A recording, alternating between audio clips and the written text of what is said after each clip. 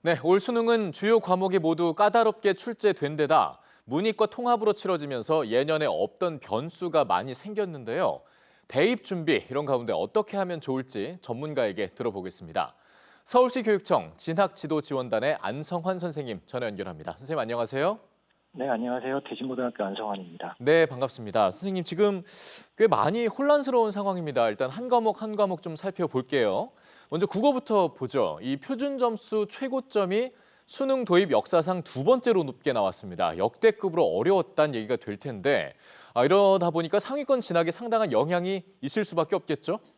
예, 특히나 상위권에서도 의회권 지원자 풀에 영향이 있을 걸로 예상이 됩니다. 네. 작년도 100분이 100이었을 때 표준 점수, 아니, 금년도에 100분이 100은 표준 점수가 총 140에서 149점으로 1,891명 정도밖에 없거든요. 그런데 이게 작년도 100분이 100점의 표준 점수가 139에서 134점으로 2,538명인 거랑 비교를 해봤을 때 예. 700명 정도가 줄었기 때문에 의회권 진입에 있어서 국어 성적의 영향력은 상당할 수 있다고 예상이 됩니다. 예. 자, 수학도 만만치 않았습니다. 수학도 지난해보다 훨씬 어려웠는데 만점자는 세배가 늘었거든요. 이러다 보니까 상위권 내에서도 학력 격차가 커졌다고 볼 수 있겠죠. 예, 그렇습니다. 일단은 킬러 문항의 부재가 영향을 줬다고 생각을 하는데요. 예. 기존에 있었던 두 번의 그 모의고사 난이도별 분포나 아니면 대수능의 가채점 결과에서도 상당수의 100점들이 있을 거라고 예상이 된 것이었기 때문에 이는 현장에서는 예상하는 바와 일치한다라고 저희들은 생각하고 있습니다. 예. 자, 이어서 가장 큰 변수라고 볼 수 있는 부분을 또 살펴보죠. 올해는 문이과 통합으로 변수가 많아졌습니다. 이과 학생들이 유리한 이 수학 점수를 이용을 해서 교차 지원을 시도할 가능성이 커졌는데 실제 대입에서 어떤 영향을 미치게 될까요? 실제 교차가 발생할 수 있는 지점의 시작 구간이 건대에서 중앙대 정도 사이라고 예상을 하고 있는데요. 예. 근데 이 구간에서는 국어의 분포가 높아진 난이도 때문에 상당히 점수대 분포가 다양하게 나타납니다. 그래서 이 친구들이 우수한 수학과학 성적을 바탕으로 해서 국어에서 불리한 부분을 교차 지원을 통해서 해소하려고 하는 움직임이 충분히 가능한 부분이라고 생각을 하고 있습니다. 네. 자, 그렇다면 문과 학생들은 설 자리가 지금 더 좁아지는 양상 아니겠습니까? 문과 학생들은 어떻게 대응을 해야 될까요? 인문 학생들은 이번 정시에서는 특히나 확률과 통계와 사탐을 선택한 학생들의 경우에는 이중고에 시달릴 것으로 예상이 되는데요. 예.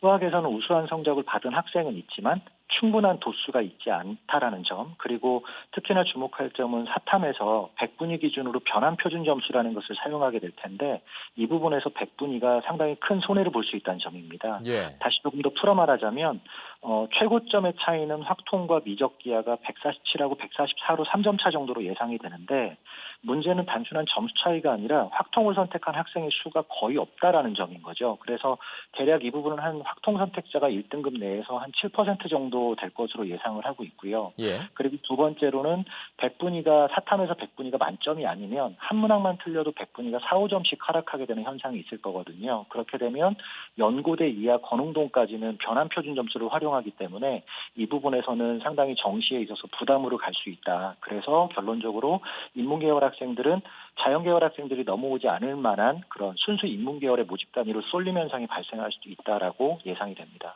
네, 알겠습니다. 자, 이렇게 선택 과목별로 이제 문이과 격차가 뚜렷할 것으로 우려가 되고 있고, 실제로 사설기관에서는 우려를 뒷받침하는 통계도 나오고 있거든요. 자, 그럼에도 평가원에서는 관련 정보를 공개하지 않기로 했습니다. 앞선 네. 리포트에서 봤지만 사실상 같은 이야기를 반복하고 있는데 교육적이지 않다 이런 이야기입니다. 현장 교사 입장에서는 어떻게 보고 계십니까? 수능은 평가원이 주관을 하지만 여기서 발생하는 점수를 활용하는 것은 대학입니다. 그리고 대학은 이미 선택 과목별로 칸막이를 둔 상황입니다. 예. 그런데 평가원은 국어하고 수학이라고 하는 애매한 점수를만 발표를 해서 깜깜이 구조를 만들고 있고 그리고 이로 인해서 불안감을 증폭시키고 있기 때문에 전형적으로 평가원이 그 불안감 증폭의 원인이 된다라고 생각을 하고 있고요. 그래서 이를 막아보고자 서울시 교육청의 센진학 프로그램 팀은 전수조사를 하다시피 해서 자료를 지금 모으고 있고 프로그램을 만들고 있습니다. 그래서 제가 평가원에 드리고자 하는 말씀은 교사가 사서 고생을 하고 학생이 불안에 떨면서 여기저기 다니는 것이 그들이 말하는 교육적인가라는 말을 좀 되묻고 싶은 심정입니다. 예, 학생과 교사 모두가 지금 어려운 상황입니다.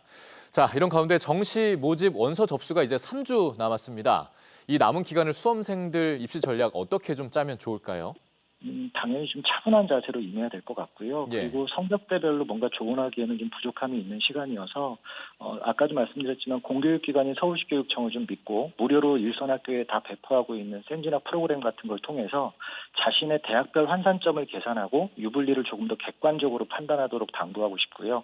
학생 여러분들한테 말씀드리고자 하는 것은 도움의 손길이 보이는 것보다 항상 가까운 데 있다라고 당부를 주고 싶습니다. 네, 알겠습니다. 오늘 말씀 잘 들었습니다. 고맙습니다.